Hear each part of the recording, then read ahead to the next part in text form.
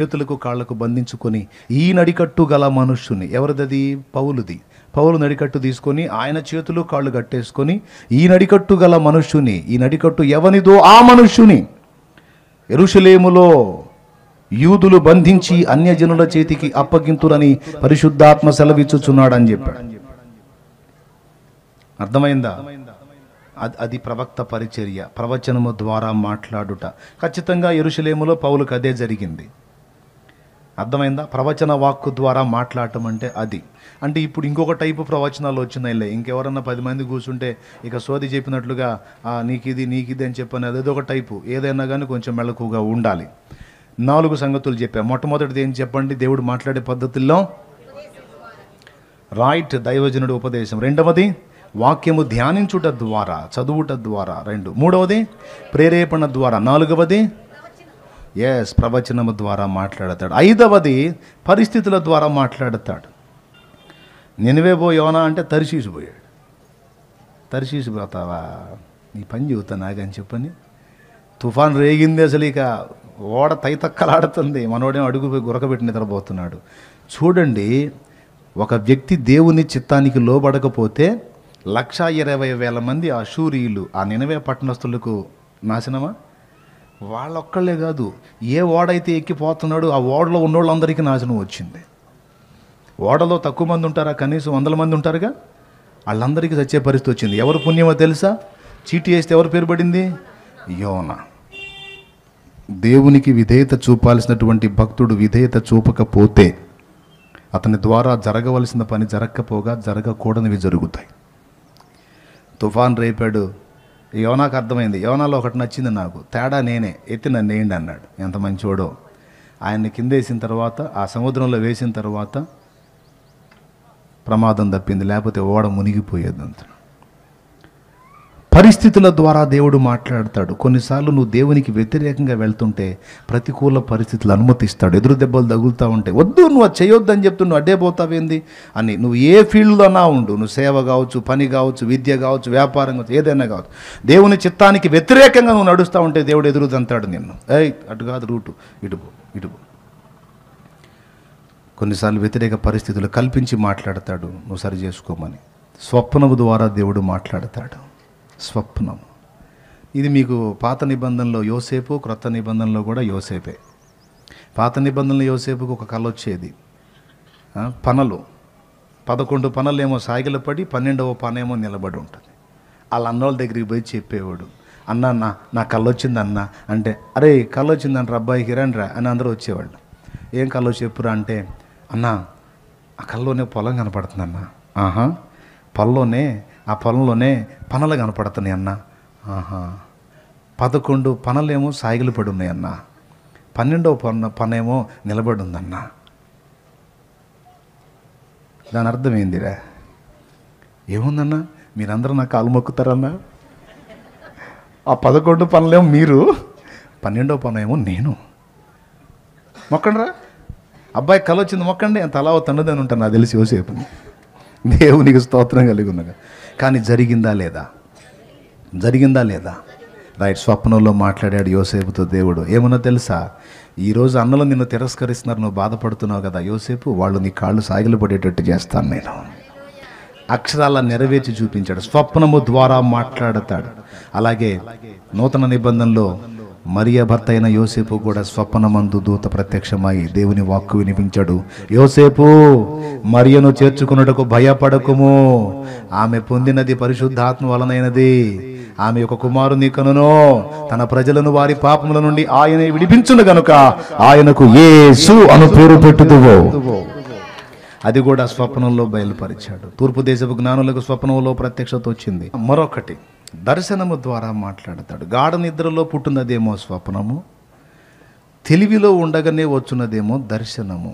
ఇది అపోస్తలుల కార్యం 10లో దొరుకుతుంది. ఈ విధంగా కూడా దేవుడు మాట్లాడతాడు. ఇక్కడ ఉన్న వాళ్ళలో ఎవరైనా దేవభక్తి సాధన చేసి దేవునితో అనుబంధం ఏర్పరచుకొని దేవునితో గడిపి దేవుని దగ్గర నుంచి ప్రత్యక్షత పొందాలి అంటే అసలు ముందు ఆయన ఎలా మాట్లాడతాడో తెలిసి ఉండాలి. ఆ మేజర్ పాయింట్ ఈరోజు మీకు అందించా. ఆయన ఏ విధంగా మాట్లాడుతాడో కనిపెట్టుకొని ఈ చెవులు ఎప్పుడు కూడా ఆయన స్వరం వినటానికి ఆశ కలిగి ఉండాలి. ఆశగల ప్రాణాన్ని ఆయన తృప్తిపరుస్తాడు, ఆశగల వారితో ఆయన మాట్లాడతాడు. ఓకేనా? దర్శనం అంటే ఏంటో తెలుసా? ప్రార్థనలో ఉన్నప్పుడు మనం తెలివిలోనే ఉంటాం, మనం ప్రార్థన చేస్తున్నామని మనకు తెలుసు. అలా చేస్తా ఉన్నప్పుడు ఒక ప్రత్యక్షత మన ముందుకు వచ్చింది. ఆ ప్రత్యక్షత అపోస్తలుల కార్యం 10వ అధ్యాయంలో ఇటలీ పటాలంలో శతాధిపతిగా ఉన్న కొర్నేలికి కలిగింది. పగలు ఇంచుమించు 3 గంటల వేళ ఆయన ప్రార్థన చేస్తున్నప్పుడు దేవుని దూత ఆయనకు దర్శనములో తేటగా అగుపడి, దర్శనం. ఓకేనా? ఇక్కడ కొర్నేలితో మాట్లాడాడు. ఏమన్నా తెలుసా? కొర్నేలి, నీ ధర్మకార్యములు, నీ దైవభక్తి, నీ ప్రేమ, విధేయత, నీ నీతిమత్వం అంతా దేవుని సన్నిధికి చేరింది నాయన. అయితే ఇవన్నీ నిన్ను దేవుని రాజ్యానికి చేర్చలేవు. మరి దేన్ని బట్టి నువ్వు దేవుని రాజ్యానికి చేరగలవో ఆయనను గురించి నీకు చెప్పేవాడు యొప్పేలో ఉన్నాడు. యొప్పేకు నువ్వు మనుషుల్ని పంపి చర్మకారుడైన సీమోను అనువాని ఇంట, సీమోను పేతురు అనువాని గురించి విచారించి అతన్ని తెప్పించి ఇక్కడికి. ఏ మాటలు విని నువ్వు రక్షణ పొందుతావో ఆ మాటలు ఆయన నోట నీకు దొరుకుతాయి నాయనా అని చెప్పాడు దూత. ఇక్కడ దర్శనములో కనపడ్డాడు. ఎప్పుడు? ప్రార్థనలో ఉన్నప్పుడు. ఈ మనం ప్రార్థనలో దర్శనం, దేవుడు దర్శనం ఇచ్చిందాక ఎడ కనిపెడతాం. మనం ఆ దర్శనాలు చూస్తే దూరదర్శనాలు ఎవడు చూడాలి?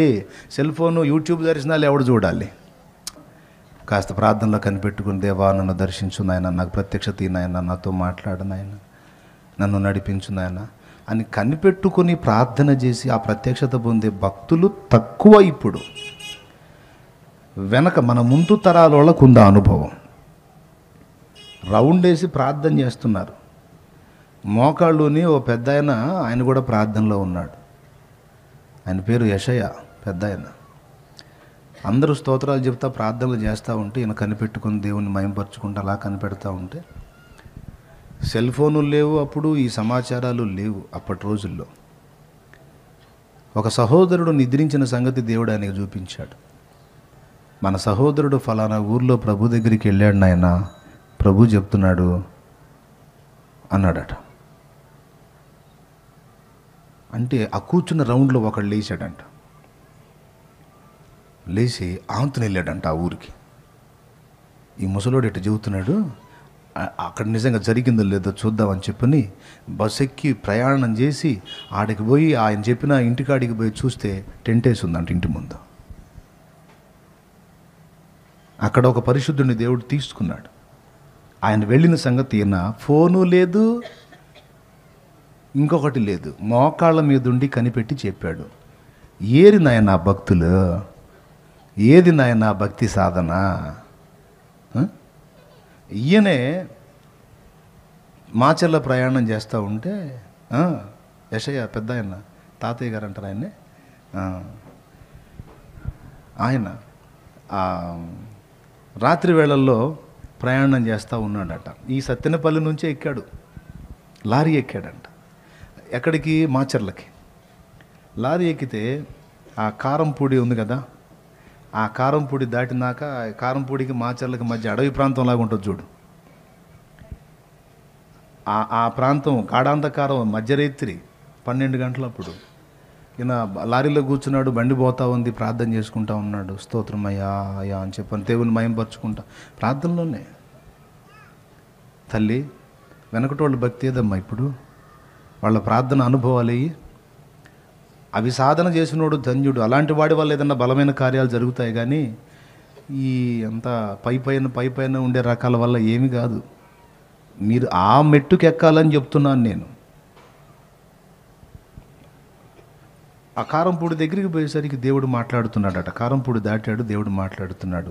యెషయా బండి దిగు అన్నాడట. బండి దిగు తొందరగా అన్నాడట. మళ్ళీ ఏంది ఇట్లా వస్తుంది, దేవుడు ఇట్లా మాట్లాడుతున్నాడు అని, స్తోత్రం ప్రభువా హల్లెలూయా అని చెప్పని మళ్ళా కనిపెట్టుకుంటే యెషయా బండి దిగు అంటాడట. 2-3 సార్లు విన్నాడు. బాయ్ బండి ఆపయ్యా అన్నాడు. దేనికి పెద్ద ఆయన అంటే, ఇక్కడ దిగుతాలే అన్నాడు. ఊరు అనుకుంటున్నావు ఏంది, ఇది అడవి.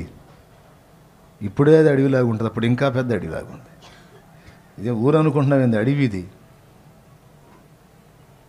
ముందుకు పోతే మాచర్లు వచ్చి దాడి దిగుదు కానీ అంటే కాదయ్యా నేను ఇక్కడే దిగాలయ్యా, దేవుడు నాతో మాట్లాడుతున్నాడు, ఆపండి అయ్యా. ఎందుకు మాట్లాడుతున్నాడు? ఆపండి బాబు. బ్రేక్ కొట్టాడు, బండి దిగాడు.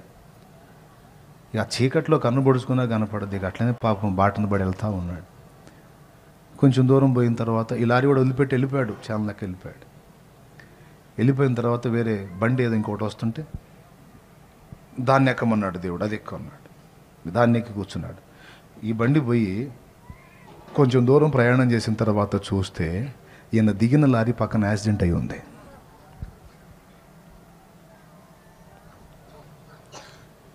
ఇది ప్రమాదానికి గురైతే ఆపండి అంటే వాళ్ళు ఆపుతారా? వాళ్ళు ఆపరు. తాగుబోతు మాలాకాలు ఎందుకు ఆపుతారు? అందుకే దేవుడు ఏమన్నాడు, నువ్వు దిగేసాయి. ఎందుకంటే దీనికి ప్రమాదం ఉంది. ఆ ప్రత్యక్షత ఏది? ఆ కనిపెట్టుకున్న ప్రార్థన ఏది? ఆ దర్శనం ఏది?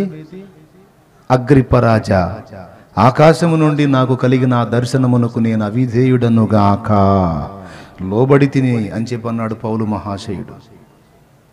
ఆ కనిపెట్టుకున్న ప్రార్థన ఏది? ముంగమూరు దేవదాసయ్య గారు, భక్త సింగ్ గారు, ఈ పెద్దవాళ్ళందరూ కూడా వీళ్ళు దూరదర్శనాలు చూడలా, మోకాళ్ళుని పరలోక దర్శనాలు చూశారు. అసిసి వాసియగు ఫ్రాన్సిస్ గారి గురించి సాక్ష్యం దొరుకుతుంది. పుస్తకాలు, భక్తుల చరిత్రలో చదవండి, కొంతైనా మీకు ప్రేరణగా ఉంటాయి అవి. చార్లెస్ జీ ఫిన్నీ ఓ రోజు గుర్రబండి ఎక్కాడంట. ఎక్కువ ప్రాంతానికి వాక్యం చెప్పడానికి వెళ్తున్నాడట. గుర్రబండి నడిపేవాడు మహా చమత్కారి, చాలా అద్భుతంగా నడుపుతాడు. ఆ రోజు బండి ఎక్కి కూర్చున్న తర్వాత ఫిన్నీ గారు అన్నాడట, జాగ్రత్తగా నడుపు అన్నాడట. చూసి నవ్వాడట. నేను చాలా సీనియర్ సార్ అని. సీనియర్వే కానీ ఈరోజు జాగ్రత్త అన్నాడట. ఏంది ఈరోజు జాగ్రత్త అన్నాడని వాడు ఆలోచించొద్దు? ఏం ఆలోచించలే, తోల్తానే ఉన్నాడు. సడన్గా గుర్రాలు రోడ్డు మీద నుంచి పక్కకు వెళ్ళిపోయినాయి. ఏం జరిగిందో తెలియదు.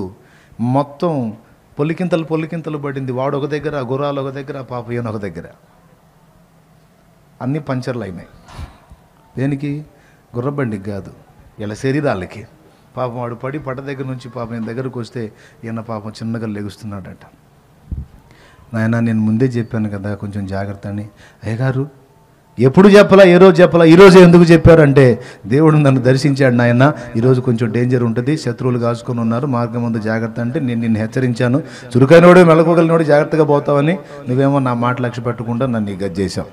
సరే చేసేది ఏముంది అయ్యా లేయా అంటే, ఆ పర్లేదు దిగుతాలే అని చెప్పిన పాప ఆ పంచర్లు వేసుకొని మళ్ళా పోయాడు. దేవునికి స్తోత్రం కలుగును గాక. ఆ ప్రత్యక్షత ఇది, ఆ కనిపెట్టుకునే మనసు ఇది. దేవా నన్ను దర్శించు నాయన, దేవా నాతో మాట్లాడు నాయన, నీ చిత్తం చెప్పు నాయన. భక్త సింగ్ గారు ఎంత సేవ చేశాడు ఆయన. ఆ మహానుభావుడు ఎంత పరిచర్య చేశాడు. కేవలం ప్రార్థనే, అనర్గళ ప్రసంగాలు లేకపోతే ఆకర్షణీయమైన మాటలు, వాక్చాతుర్యాలు కాదు. వాక్శక్తితో దేవుని పని చేసినటువంటి మహనీయులు. మోకాళ్ళ ప్రార్థన. తన శిష్యుడు ఆయన పక్కన పండుకున్నాడంట ఒకరోజు. ఇద్దరు పక్కేసుకున్నారు. తల్లి విను, ఇద్దరు పక్కేసుకున్నారు. భక్త సింగ్ గారు ప్రక్కనే శిష్యుడు పండుకున్నాడు. ఆయన మోకాళ్ళు ఊనాడు. కాసేపు ప్రార్థన చేసుకొని పండుకుంటాడులే అనుకున్నాడంట. ఈ పక్కన పండుకున్నాడు, పొద్దంతా పరిచయం చేశాడు, నిద్రపట్టాడు. 12ంటికి లేచి చూశాడంట. ఆయన మోకాళ్ళ మీద అయ్యా తండ్రి అయ్యా అని చెప్పని గోజాడుతున్నాడంట. ఏదో భారంగా చేస్తున్నాడులే అని చెప్పని అనుకున్నాడంట. 2ంటికి లేచాడంట. మళ్ళీ 12ంటికి పండుకొని మళ్ళీ 2ంటికి లేచాడంట. లేచి చూస్తే మళ్ళా అయ్యా అయ్యా అయ్యా అంటానే ఉన్నాడంట. ఏదో పాపం ఈరోజు పెద్ద సమస్య ఉన్నట్టుందిలే, భారంగా చేస్తున్నాడని చెప్పని 2ంటికి పండుకొని మళ్ళీ 4ంటికి లేచాడంట. అయ్యా అయ్యా అంటానే ఉన్నాడు. ఇప్పుడన్నా పండుకుంటాడేమో అనుకున్నాడు, అప్పుడు పండుకోవాలా. 4ంటికి పండుకొని ఇతను మళ్ళీ 6ంటికి లేచాడంట. కాసేపు ప్రార్థన చేసుకో. 6ంటికి లేగిస్తే ఆయన అయ్యా అయ్యా అంటూనే ఉన్నాడంట.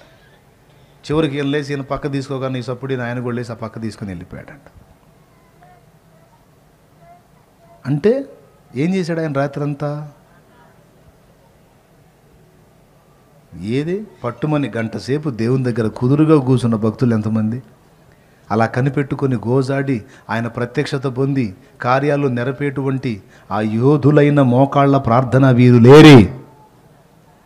ఇప్పుడంతా హ్యూమన్ సైకాలజీని దృష్టిలో పెట్టుకొని మనుషులు మెప్పు కొరకు, మనుషుల గొప్ప కొరకు, మనుషుల ఆనందం కోసం ఇట్లా చేస్తే మనుషులు ఆకర్షింపబడతారు, ఇట్లా చేస్తే ఆకర్షింపబడతారని ఈ పై అన్ని యుక్తులు కుయుక్తులు పన్నాగాలన్నీ వెతుక్కొని తిప్పలు పడుతున్నారు తప్ప ఆనాటి భక్తి, ఆనాటి నాణ్యత, ఆనాటి అనుభవం, ఆనాటి పౌరుషం, ఆనాటి ప్రత్యక్షత, ఆనాటి దర్శనం ఏది? దేవునికి స్తోత్రం కలుగునుగాక. ఆ మెట్టు ఎక్కాలండి, అప్పుడు చేయగలుగుతాం మనం. ఆ మెట్టు ఎక్కగలిగితే అప్పుడు శాసించగలుగుతాం. ఈరోజు ఎక్కనివట్ల సైతాను అందరికీ సెల్ ఫోన్లు అందుబాటులో తీసుకొచ్చి పెట్టాడు. ఆదివారం వాక్యం చెప్పడం, పోయి దాన్ని ఓపెన్ చేయటం, ఎక్కడైనా సరే కూటం ఉంటే చూడటం, తర్వాత దాన్ని ఓపెన్ చేయటం. ప్రతి ఒక్కరిని సెల్ ఫోన్ ఏలుబడి చేస్తుంది.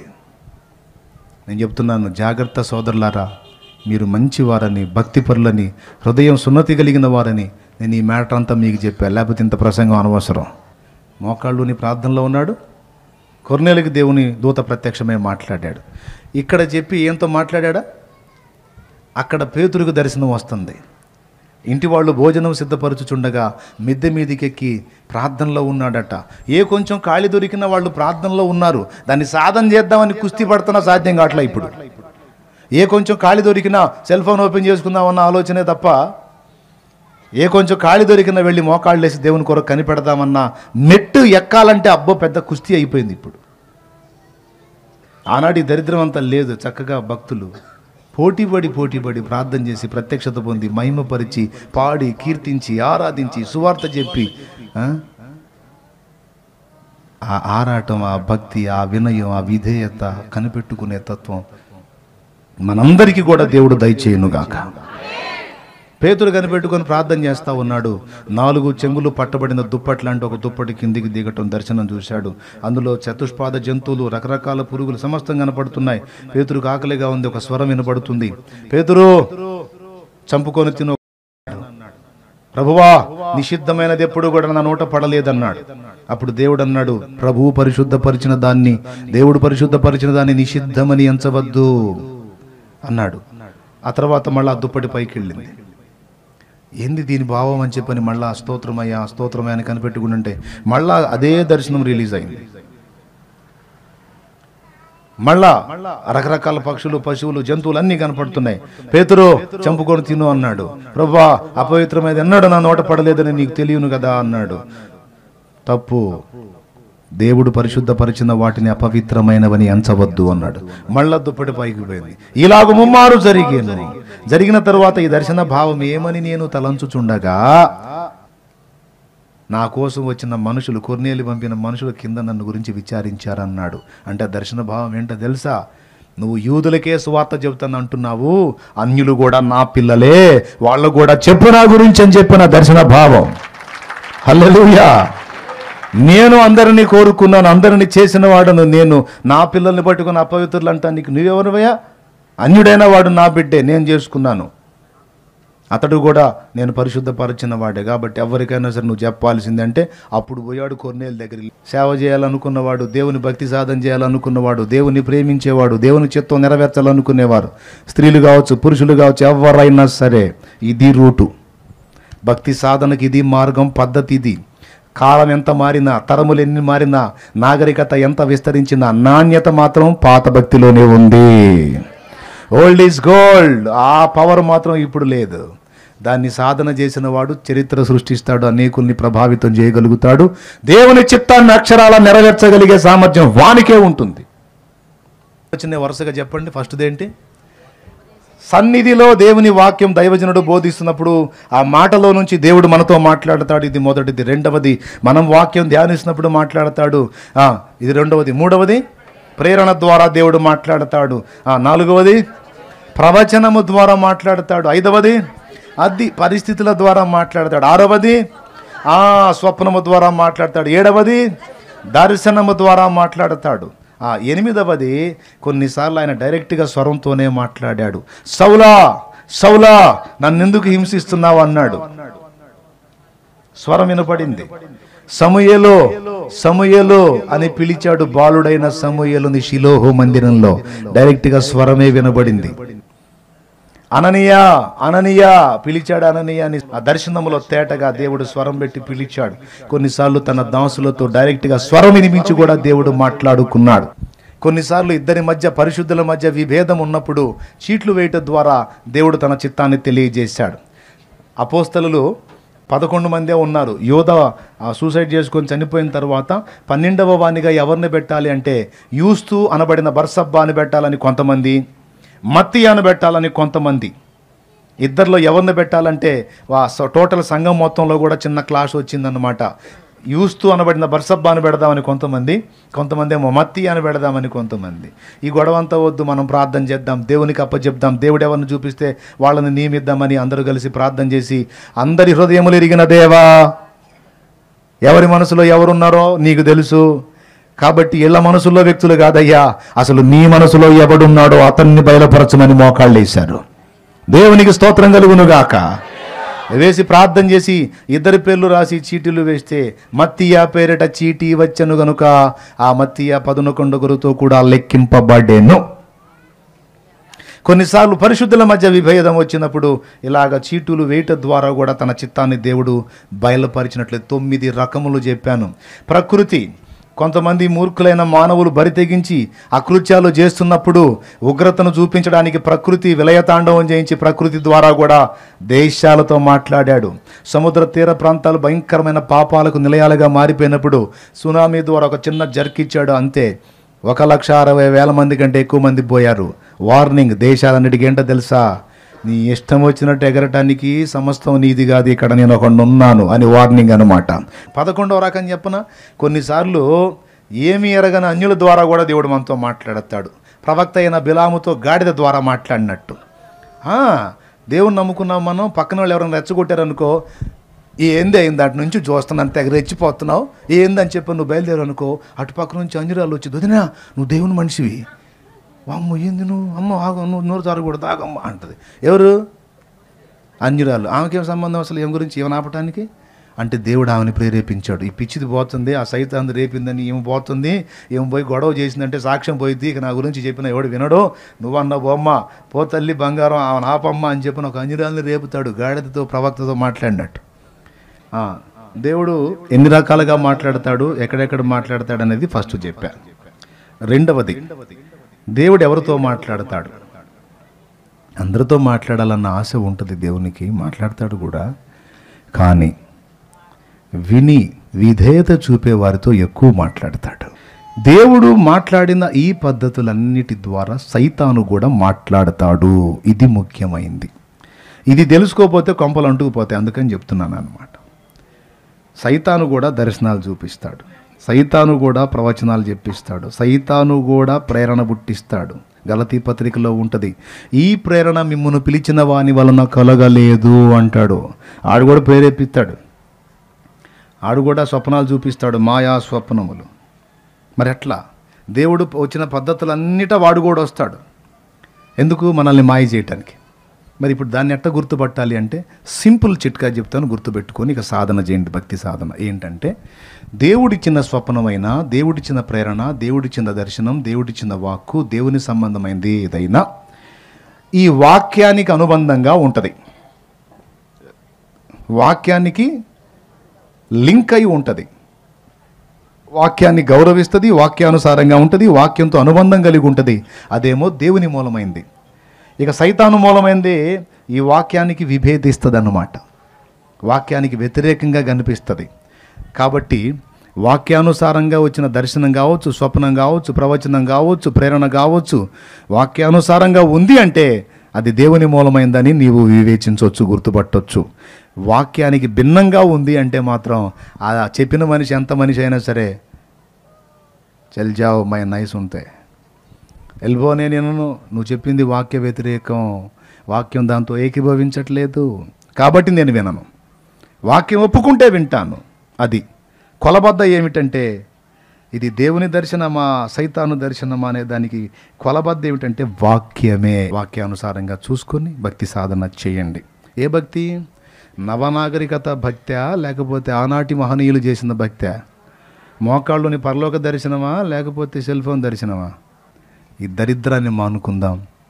నిజమైన పాత తరపు భక్తిని సాధన చేద్దాం. పరలోక దర్శనం చూద్దాం.